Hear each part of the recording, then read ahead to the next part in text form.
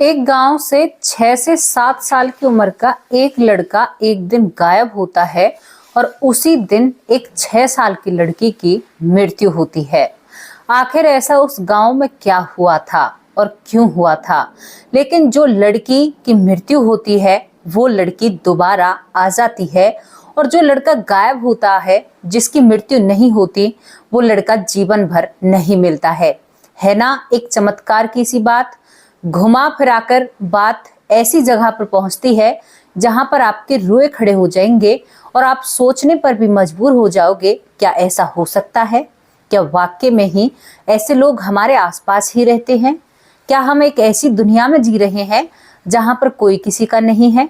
अब आप कहोगी कि मैडम उल्टी बात करती हो। बेटा, बहुत उल्टी बात करती हो। दुनिया में तो हम ऐसी में ही जी रहे हैं जहां पर कोई किसी का नहीं है। हाँ, ये बात तो सत्य है कि यहाँ पर कोई किसी का नहीं है। अपना भी दगा देने से चूकता नहीं है। मैं अगर झूठ बोल रही हूँ तो मना कर देना, वरना हाँ का आंसर तो आप लोगों को देना है। मेरी ऑडियंस, मेरी बहनें बहुत प्यार लुटाती हैं। आखिरकार सभी से पूछना चाहती हूँ कि ऐसा क्यों हुआ, जिसकी मृत्यु हुई, जिसका अंतिम संस्कार हुआ, वो दोबारा लौट कर आ जाती है, और जो गायब हुआ था वो कभी वापस लौटकर नहीं आता है। इस राज को वीडियो में आगे चल के खोलेंगे और आपको सत्य बताएंगे। कुछ लोगों के, कुछ चंद लोगों के जो बहुत ही ज्यादा अपने आप में होशियार बनते हैं। दोस्तों, एक और सच्ची घटना पुनर्जन्म के आप लोगों के सामने लेकर आए हैं, जिसमें बहुत बुरा करती है एक सौतेली माँ। कहां से शुरू होता है? महाराष्ट्र के नासिक में ही राजपूत परिवार में एक लड़की का जन्म होता है। सन 1919 में एक लड़की का जन्म हुआ था। करीबन सर्द भरे दिन होते हैं। अंग्रेजों का हमारे देश में शासन था। इस वक्त तक हमारा भारत आजाद नहीं हुआ था। ब्रिटिश सरकार हम यहाँ पर हुकूमत किया करती। मुझे बताने की जरूरत नहीं है, आप बहुत ज्यादा जानकार हैं। अब यहाँ पर क्या होता है कि इस लड़की का नामकरण होता है और पहले दाई माँ घर ही आकर प्रसव कराया करती। बहुत ज्यादा भारत में तो इस चीज को बहुत ज्यादा माना जाता कि बच्चे घर पर ही पैदा होते हैं। इस लड़की का जन्म हो जाता है। इस लड़की का नाम गय पर निकलता है। तो यहाँ पर इस लड़की का पिता, जो कि राजपूत घराने से थी, तो इसका नाम गंगा रख देते हैं। 1919 में फरवरी में पैदा हुई गंगा अब यहाँ पर माँ बाप उसका पालन पोषण करने लगते हैं। गंगा धीरे धीरे बड़ी होती है। जब गंगा को अकेला छोड़ते हैं तो गंगा बिल्कुल भी अकेला नहीं रहती है। गंगा छोटे छोटे पग भरने लगती है। धीरे धीरे वो इतनी बड़ी हो जाती है। जब वो पग भरा करती, चला करती, तो जैसे उसे एक कमरे में छोड़कर अकेला अगर वहां से कोई चला गया तो गंगा उसके पीछे भाग लिया करती। पुराने जमाने के घरों के बारे में आपको ज्ञात होगा कैसे हैं। बहुत ही एक अच्छी चीज रहा करती उस समय। अब तो बहुत चीजें बदल चुकी हैं। गंगा कभी भी अकेला नहीं रहती है। गंगा धीरे धीरे और बड़ी होती है। गंगा माँ बाप को एक चीज से बहुत ज्यादा परेशान कर रही थी। गंगा का दम घुटता है और गंगा के गले पर जन्म से ही कुछ उंगलियों के से निशान थे। मानो ऐसा लगता था कि किसी ने ऐसे करके उंगलियों से इसके गले को पकड़ा हो। लेकिन माँ बाप इस बात को ज्यादा कुरेदना नहीं चाहते हैं। दाई माँ भी ये कहती है कि प्रसव जब होता है तो शायद ऐसी थोड़ी बहुत निशान बच्चे के शरीर पर आ जाते हैं। किसी के ये जन्म से ही होते हैं, तो ये कोई बड़ी बात नहीं है। अब इतना ज्यादा कुछ भी नहीं होता। लेकिन गंगा जैसे ही 2 साल की होती है तो गंगा अब कुछ बड़बड़ाने लगती है। पहले तो ये सबसे जल्दी चलना सीखी थी, जल्दी चलना सीखी थी, सबसे जल्दी बोलना सीखती है। गंगा जब 2 साल की होती है और जब ढंग से बोलती है तो राम बाई करा करती। यहाँ पर वो कहती, बाबा मैं राम बाई, माँ मैं राम बाई।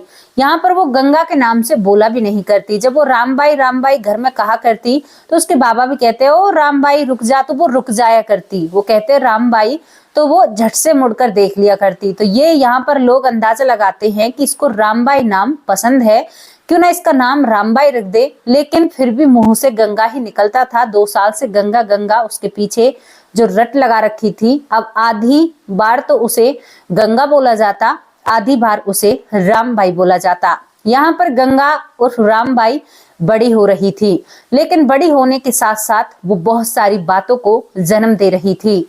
वो कहती है माँ अच्छी नहीं होती जब 3 साल की होती है, माँ अच्छी नहीं होती, मैं यहाँ की हूँ नहीं, जब मैं बड़ी हो जाऊंगी तो मैं अपने घर जरूर जाऊंगी और मैं अपने बाबा को बताऊंगी कि बाबा जो आप माँ लाए हो ना, ये माँ बिल्कुल भी अच्छी नहीं है। दोस्तों, इस बात को सुनकर घर वाले बहुत हैरान हो जाते हैं। अब 3 साल की बच्ची से क्या सवाल जवाब करें। अब यहाँ पर गंगा थोड़ी और बड़ी होती है। जब गंगा थोड़ी और बड़ी होती है तो गंगा अब 4 से 5 ही साल में चल जाती है। जब 5 ही साल में गंगा चलती है तो बिल्कुल एक अम्मा की तरह बात बनाया करती। अब वो अपनी एक कपड़ा बिछाया करती और उस कपड़े में अपने कपड़ों को रखने लगती और कहती, मुझे तो जाना है यहाँ पर जलालपुर, मैं जलालपुर गांव की रहने वाली हूँ और मेरे बाबा मेरा इंतजार कर रहे होंगे। मेरे बाबा मुझसे बहुत प्यार करते थे। ये लोग बहुत ज्यादा परेशान हो जाते हैं कि तुम क्या कह रही हो।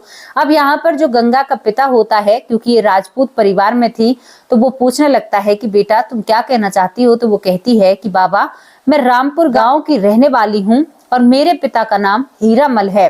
दोस्तों, आखिरकार हीरामल एक व्यापारी था जो काफी मशहूर व्यापारी था। उसका आसपास के इलाकों में नाम होता है। तो यहाँ पर ये पिता सुनकर हैरान हो जाता है कि कहीं ये उस हीरामल की तो बात नहीं कर रही।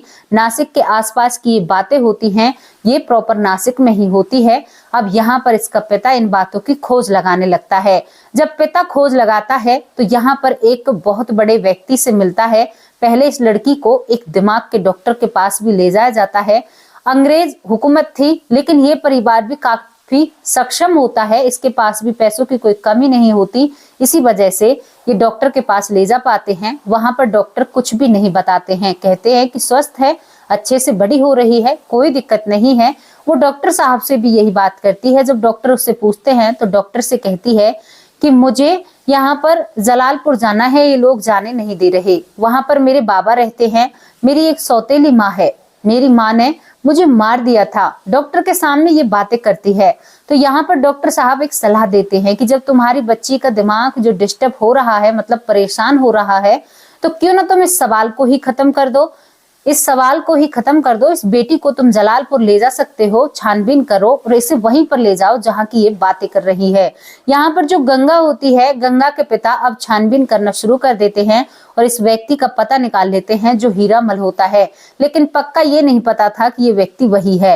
अब पहले इस लड़की का पिता जाता है उस गांव में और गांव में जाकर, जो कि जलालपुर गांव होता है, उसमें जाकर पूछताछ करने लगता है। पूछताछ करने लगता है कि यहाँ पर कोई हीरामल नाम का व्यक्ति रहता है जिसके बारे में मुझे जानना है। तो गांव के लोग कहते हैं कि भाई तुम क्यों पूछ रहे हो। तो वो कहता है कि क्या उनकी कोई रामबाई नाम की बेटी हुआ करती थी कभी। जब आसपास के लोगों से यहाँ पर गंगा का पिता पूछता है तो वो भागकर कहते हैं कि हाँ थी तो सही, लेकिन पता नहीं बेचारी 6 साल की उम्र में क्या हुआ उसको, वो इस दुनिया से चली जाती है, उसकी सौतेली माँ है। और ये बातें जब गंगा का पिता सुन रहा था तो वो काफी हैरान और ताज्जुब भरा रह जाता है, क्योंकि ये सारी बातें उसकी बेटी गंगा ने उसे बता दी थी, जो गंगा कभी भी यहाँ पर जलालपुर आई ही नहीं थी और जो हीरामल से मिली ही नहीं थी, इस गांव को देखा ही नहीं था। तो उसे कैसे पता इस गांव में ये घटना घटित हुई है। अब उसे अपनी बेटी की बातों पर यकीन होने लगता है कि मेरी बेटी सच बोल रही थी, कुछ ना कुछ मामला जरूर है। अब यहाँ पर वो और पूछताछ करता है उस गांव के व्यक्ति से। तो वो कहता है कि भाई मुझे ज्यादा नहीं पता, इतना ही पता है, पुरानी बातें हैं। अब यहाँ पर ये व्यक्ति इस बात को सुनकर उस व्यक्ति के घर को दूर से देखकर जाता है, उससे बात नहीं करना चाहता, क्योंकि मामला था कि इसकी जो बेटी थी 5 साल की, वो कहती है कि मेरी सौतेली माँ ने मेरी गर्दन को दबाकर मुझे इस दुनिया से दूर भेजा था। अगर ये बात मैं वहां पर जाकर बताऊं या पूछूं तो क्या पता वो सौतेली माँ सच में ही हो जब ये लोग कह रहे हैं और वो सतर्क हो जाए।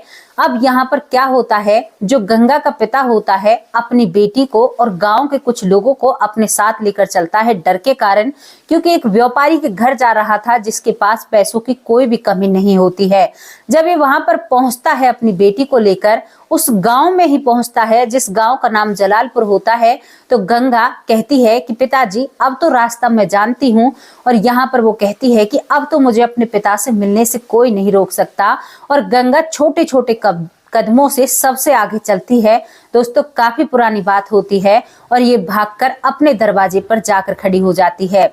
जब अपने दरवाजे पर जाकर खड़ी हो जाती है तो कहती है, क्योंकि इसका बाबा बाहर से ही इसके घर को देखकर गया था, तो वो हैरान हो जाता है कि कभी भी गंगा यहाँ पर नहीं आई। वो कहती है कि बाबा ये है रामबाई का घर, जो कि मैं हूँ गंगाबाई। मैं केवल 6 ही साल यहाँ पर जी पाई हूँ, लेकिन मैं इस गलिहारे में भी खेला करती और मैं भीतर भी खेला करती, और इसके अंदर देखना मेरे बाबा बैठे हुए तुम्हें जरूर मिलेंगे, क्योंकि मेरे बाबा एक बहुत बड़े व्यापारी थे। अब यहाँ पर वो दरवाजा खटखटाया जाता है। खानदानी पुरानी घर था, एक व्यापारी का घर था। जब वो दरवाजा खटखटाया जाता है तो एक नौकर उस दरवाजे को खोलता है। उस दरवाजे को खोलने के बाद यहाँ पर ये सभी लोग कहते हैं कि हमें हीरामल जी से मिलना है। कहते हैं कि बैठिए, अभी मैं सेठ जी को बुलाकर लेकर आता हूँ। गंगा को सब्र नहीं हो रहा था। गंगा घर में भागती है और इन सभी की बातें मानती नहीं है। नौकर देखता रह जाता है। गंगा पूरे घर में ऐसे घूम जाती है कि मानो हर एक चीज से वो वाकिफ हो और हर एक स्थान को जानती हो। 5 साल की लड़की पूरे घर में घूमकर एक जो तखत होता है, पुराने जमाने आप लोगों ने सुना हो तो एक तखत जैसा होता है जो अब बेड का रूप ले चुका है, तखत होता है। तखत पर उसके बाबा बैठे हुए थे हीरामल, और वो जाकर अपने बाबा के पैरों पर बैठ जाती है। उसके बाबा ने तखत से पैर नीचे कर रखे थे और कहती है कि बाबा मैं आ चुकी हूँ। हीरामल जो बैठा हुआ उस लड़की को देखकर कहता है कि अचानक से ये लड़की कहाँ से यहाँ पर आ गई, क्योंकि वो एक कमरे के अंदर थे। पुरानी पुश्तैनी खानदानी हवेली थी। तो वो नौकर कहता है कि मालिक, सेठ जी कुछ लोग आपसे मिलने आए हैं, उन्हीं के साथ ये लड़की है और ये आपसे आकर लिपट गई है। तो वो कहती है कि मैं उनकी लड़की नहीं हूँ। यहाँ पर जो गंगा है वो कहती है कि बाबा मैं रामबाई हूँ, मैं उनकी लड़की नहीं हूँ, मैं तो आपकी लड़की हूँ और मैं आपसे मिलना चाहती हूँ। थोड़ी ही दूर पर सेठानी काम कर रही थी। सेठानी के हाथ में एक थाली होती है और वो थाली छूटकर जमीन पर गिर जाती है कि ऐसा कैसे हो सकता है, रामबाई वापस कैसे आ सकती है। और उस घर में एक और बच्चा होता है जो इस रामबाई से भी बड़ा था, यानी कि इसका भाई, इसकी सौतेली माँ ने एक लड़के को जन्म दिया था। यहाँ पर जो रामबाई की सौतेली माँ होती है वो भागकर उस लड़की के पास आती है और उसे एकदम झटके से जो हीरामल होता है उसके पैरों से दूर करती है और कहती है कि हट लड़की, बहुत शैतान है तू, किसकी है, क्यों परेशान कर रही है, ऐसा कैसे हो सकता है, हमारी बेटी इस दुनिया से जा चुकी है। तो यहाँ पर वो दोबारा से हीरामल को लिपटती और कहती है कि बाबा ये बहुत नागन औरत है। 5 साल की बच्ची जब ऐसी बात करती है तो वो कहती है जी आप इसको लिपटा ही जा रहे हो और ये मुझसे कितने अभद्र तरीके से बात कर रही है। तो वो कहती है कि क्यों ना करूं, तूने ही तो मुझे मारा था और अब तू बाबा के पास ऐसी जगह बनाकर बैठी है। अब यहाँ पर ये महिला बहुत गुस्से में आ जाती है, जो रामबाई की सौतेली माँ होती है, कि आप इस लड़की को प्यार कर रहे हो। तो हीरामल कहता है कि बच्ची है, क्या जाने, छोटी सी बच्ची है, छोड़ो इस बात को। लेकिन हीरामल को ये बात कहीं ना कहीं खटक चुकी थी। यहाँ पर जो गंगा के परिवार वाले थे वो हीरामल के इंतजार में होते हैं। गंगा की जो पिछले जन्म की सौतेली माँ थी उसके कान खड़े हो जाते हैं कि आज ये कौन सा भांडा फूटने वाला है। तभी हीरामल अपनी बैठक में जाते हैं और उन लोगों के पास जाकर बैठते हैं। हीरामल को देखकर सभी लोग खड़े हो जाते हैं। हीरामल सभी को बैठाते हैं, क्योंकि एक व्यापारी थे तो बहुत अमीर इंसान होते हैं। तो वो कहते हैं कि बताइए क्यों आए हो, कैसे आना हुआ, कौन हो, मैं तो आप लोगों को जानता नहीं हूँ। और ये लड़की मेरी बेटी होने का दावा कर रही है और ये बहुत ऐसी बातें कह रही है, अपनी बेटी को संभाल कर रखो। मेरी पत्नी से इसने बहुत अभद्र भाषा में बात की है, हालांकि छोटी बच्ची है। तो वो जो कि गंगा थी, जो हीरामल की गोदी में बैठी थी, छठ से जो हीरामल होता है उसके गाल पर एक प्यार दे देती है। यहाँ पर पूरा गुस्सा हीरामल का पिघल जाता है। कहती है कि बाबा आप उस नागिन की बातों में क्यों आ रहे हो, उसने मेरे साथ बहुत गलत किया है। आपको नहीं पता, वो माँ नहीं है, वो एक डायन है। अब 5 साल की बच्ची जब ऐसी बातें करेगी तो चौंकना बहुत लाजमी है, हैरान होना बहुत लाजमी है। हीरामल को सब्र नहीं हो रहा था, वो जानना चाहता था कि सब कुछ क्या चल रहा है। वो गोदी से उतरने का नाम नहीं लेती है। जो गंगा होती है, रामबाई होती है, वो बैठी रहती है। अब यहाँ पर वो लोग कहते हैं कि जी आपकी कोई रामबाई नाम की बेटी थी। तो यहाँ पर हीरामल कहता है कि आप कहाँ से आए हो और ये बात क्यों कह रहे हो। तो वो कहते हैं कि जो आपकी गोदी में लड़की बैठी है 5 साल की, ये कहती है कि मैं रामबाई हूँ और मेरी एक माँ सौतेली है, माँ का भी नाम बताती है। और जी ये इसी ने आपके घर के बारे में हमें बताया है, आपका नाम भी इसी लड़की ने बताया है और बहुत जिद कर कर ये यहाँ पर आई है। 6 से 7 लोग थे जो सभी एक साथ डरे से बैठे हुए थे। तभी हीरामल हैरान हो जाता है और उस लड़की से अब वो पूछताछ करने लगता है। वो कहता है कि बेटी तू क्या कह रही है? वो कहती है कि हाँ बाबा, मैं तेरी बेटी हूँ। और वो लड़की बहुत ज्यादा खुश थी। वो कभी उसके गले को पकड़ती, कभी उसकी पीठ पर बैठती, कभी उसके कुर्ते को अधर करती, कभी उसकी धोती को देखती, अपने बाबा के पैरों को देखती। कहती थी कि मैं तुम्हारी बेटी नहीं हूँ। जो इस जन्म के बाबा हैं उससे साफ साफ मना कर देती और कहती है कि हीरामल मेरा बाबा है और मैंने तो इनके साथ बहुत अच्छा वक्त गुजारा है।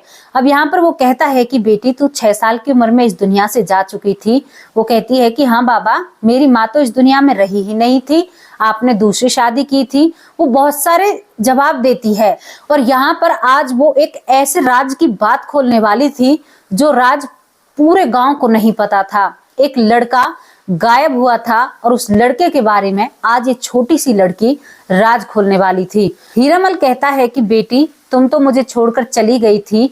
हीरामल जब वो सारी जानकारी देती है कि दूसरा ब्याह किया था, ऐसे मेरी दूसरी माँ आई थी, तो यहाँ पर अब वो लड़की राज खोलती है हीरामल के सामने। कहती है यहाँ पर कान लगाए, जो रामबाई की सौतेली माँ होती है वो कान लगाए भीत से खड़ी हुई थी। अब यहाँ पर ये लड़की जो गंगा है राज खोलना शुरू करती है। कहती है कि बाबा आप तो काम के सिलसिले से बाहर चला जाया करते, माँ मुझे बहुत मारती है। माँ के पेट में भाई आने वाला था, मैंने कहा था ना, क्योंकि जब ही गर्भवती होती है इसकी सौतेली माँ, और ये कान लगाकर पेट पर जब भी सुना करती तो इसे दूर फेंक दिया करती, जो यहाँ पर रामबाई की सौतेली माँ होती है। कहती है कि बाबा मैं अकेली खेला करती, मेरे साथ आपको पता है जो बिल्लू नाम का लड़का खेला करता पड़ोसी का, माँ ने उसको भी नहीं छोड़ा, मेरे साथ माँ ने उसको भी मार दिया। लेकिन आज मैं आपको सबूत भी दिखाऊंगी। 5 साल की बच्ची सबूतों के बारे में बात करती है। कहती है कि बाबा आपसे पीछे माँ मुझे मारा करती, डांटा करती, खाने के लिए नहीं दिया करती, कमरे के अंदर बंद कर दिया करती, क्योंकि अगर मेरे शरीर पर चोट के निशान आ जाएं तो आपको पता चल जाए कि मेरे साथ क्या हो रहा है। इसी वजह से ये मेरे साथ अत्याचार वैसे करती है, मुझे भूखा रखती है, कभी भी ढंग से खाना नहीं देती। लेकिन जो बिल्लू था वो मुझे खाना लाकर दिया करता और मेरे साथ खेला करता। बाबा मैं 6 साल की उम्र में होती हूँ, 10 दिन तक मुझे माँ ने कमरे के अंदर बंद किया। जब आप पता है आप जब व्यापार करने के लिए बाहर जाते हैं, जब आप 8 महीने में घर वापस आए थे, तब तक माँ ने मेरे ऊपर बहुत अत्याचार किए। अब माँ ने क्या किया, माँ ने मुझे 10 दिन तक कमरे में बंद रखा सजा के तौर पर। बिल्लू जो दरवाजे, जो खिड़की हमारी बाहर की तरफ है, उससे मुझे खाना दे दिया करता और मैं उस खाने को, बिल्लू बहुत मेहनत करता, चढ़ता, चढ़ने के बाद आंगन में आता, आंगन में आने के बाद जब देखता कि माँ घर पर नहीं रहती है, तभी वो मेरे लिए खाना लाया करता। लेकिन अब एक दिन की बात होती है, माँ गर्भवती थी, आपको भी पता है माँ के पेट में भाई आने वाला था मेरा। मैं हमेशा कहा करती थी आपसे कि मैं भाई के साथ खेलूंगी। बाबा ये मुझे मारना शुरू तो ठीक था, लेकिन अब ये सोचती है, कहती है कि सारा प्यार तू ही लेती है, मेरे बेटे पर वो प्यार नहीं आएगा जलन के कारण। और आपने माँ से कह दिया था कि आधी जायदाद मेरे नाम होगी, शायद इसी जलन के कारण माँ मेरी गर्दन को दबाने लगती है। उस वक्त बिल्लू को लगा कि यहाँ पर कोई भी नहीं है और बिल्लू मुझे खाना देने के लिए आ रहा था सीढ़ियों से, छतों से होकर। तो वो देखता है कि मेरी माँ मुझे मारने लग रही है। माँ मेरी गर्दन को दबा देती है और मैं मर जाती हूँ। उसके बाद माँ बिल्लू को भी मार देती है, क्योंकि बिल्लू को जब देखती है जंगले के पास खड़ा हुआ तो माँ फट से दरवाजा खोलती है और खोलने के बाद यहाँ पर बिल्लू को भी उस कमरे में बंद कर लेती है। बंद करने के बाद बिल्लू को आते हुए किसी ने भी नहीं देखा था। बंद करने के बाद बाबा मैं आपको ये सब कुछ कैसे बता रही हूँ, क्योंकि जब मैं 6 साल की थी, मेरी गर्दन दबने के बाद तभी मैं खड़ी हो जाती हूँ और अपने शरीर को जमीन पर पड़ा हुआ देखती हूँ और अपनी माँ को दरवाजा खोलते हुए देखती हूँ। ये सब कुछ मैं अपनी आंखों से देखती हूँ और मैं बहुत हल्की फुल्की हो जाती हूँ। इसके बाद वो बिल्लू को अंदर लाती है और बिल्लू की भी गर्दन दबा देती है। गर्दन दबाने के बाद बाबा वो कच्ची जो कमरा था जिसके अंदर फर्श भी नहीं था, उसी को खोदती है और बहुत ही गड्ढा खोदती है और वहां पर बिल्लू को दफना देती है, क्योंकि किसी को भी नहीं पता है बिल्लू हमारे घर आया था। उसके बाद माँ शोर मचाने लगती है और शोर मचाती है क्योंकि मुझे माँ ऊपर ले जाती है और ऊपर से नीचे गिर देती है और शोर मचाने लगती है कि मेरी बेटी ऊपर से गिरने के कारण इस दुनिया से जा चुकी है। गांव के लोग इसको हादसा मानते हैं और गांव के लोग, कुछ बड़े लोग इकट्ठा होकर मेरा अंतिम संस्कार करा देते हैं। ये सारी बातें जब यहाँ पर हीरामल सुन रहा था तो उसके रुए खड़े हो जाते हैं। सौतेली माँ भागने की फिराक में हो जाती है और यहाँ पर हीरामल की आंखें भर आती हैं, क्योंकि हीरामल को बताया गया था कि लड़की ऊपर खेल रही थी, मैं काम कर रही थी और छत से गिरने के कारण तुम्हारी बेटी इस दुनिया से नहीं रही। गांव के लोगों ने कहा कि जब तक हीरामल आएगा इसका शरीर सड़ जाएगा, कहाँ पर रखेंगे। तभी उस लड़की का 6 साल की का, जिसका नाम रामबाई होता है, उसका अंतिम संस्कार कर दिया जाता है। दोस्तों ये बहुत ताज्जुब की बात थी और बहुत हैरान करने वाली बात थी, कोई महिला ऐसा कर सकती है। अब यहाँ पर जब ये बात होती है तो हीरामल बहुत जोर से गुस्से में आते हैं।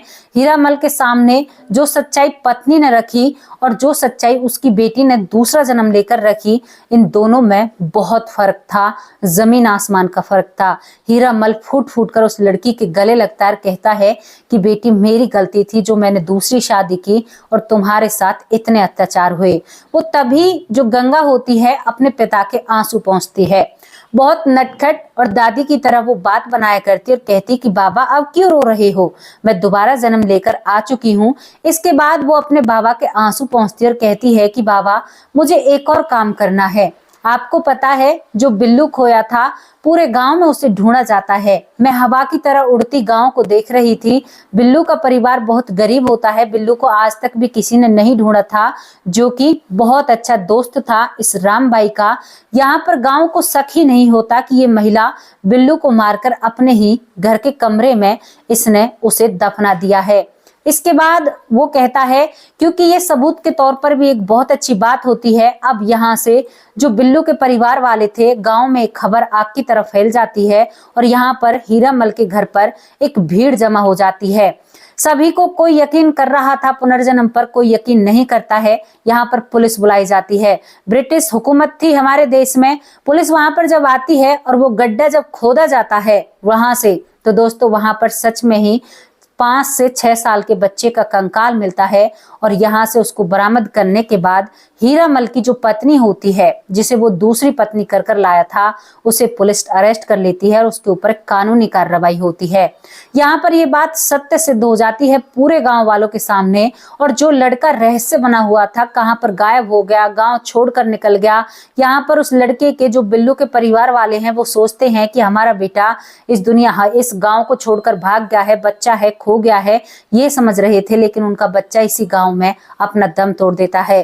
दोस्तों ये रुए खड़े करने वाली स्टोरी थी। अब यहाँ पर मामला क्या था, यहाँ पर जो रामबाई थी उर्फ गंगा थी, वो अपने उस घर में रहना ही नहीं चाहती है जिस घर में उसका जन्म हुआ है। वो हीरामल के साथ ही रहना चाहती है और उसकी सौतेली माँ से एक लड़का पैदा हुआ था जो कि गंगा से बड़ा होता है। अब आपको एक झलक उस कहानी पर डाल देते हैं जो रामबाई की कहानी होती है कि उसकी माँ की मृत्यु कैसे होती है।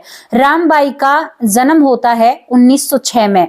1906 में रामबाई का जन्म होता है। रामबाई की माँ रामबाई से बहुत प्यार करती है और हीरामल भी अपनी बेटी रामबाई से बहुत प्यार करते हैं। धीरे धीरे बच्ची को बड़ी कर रहे थे।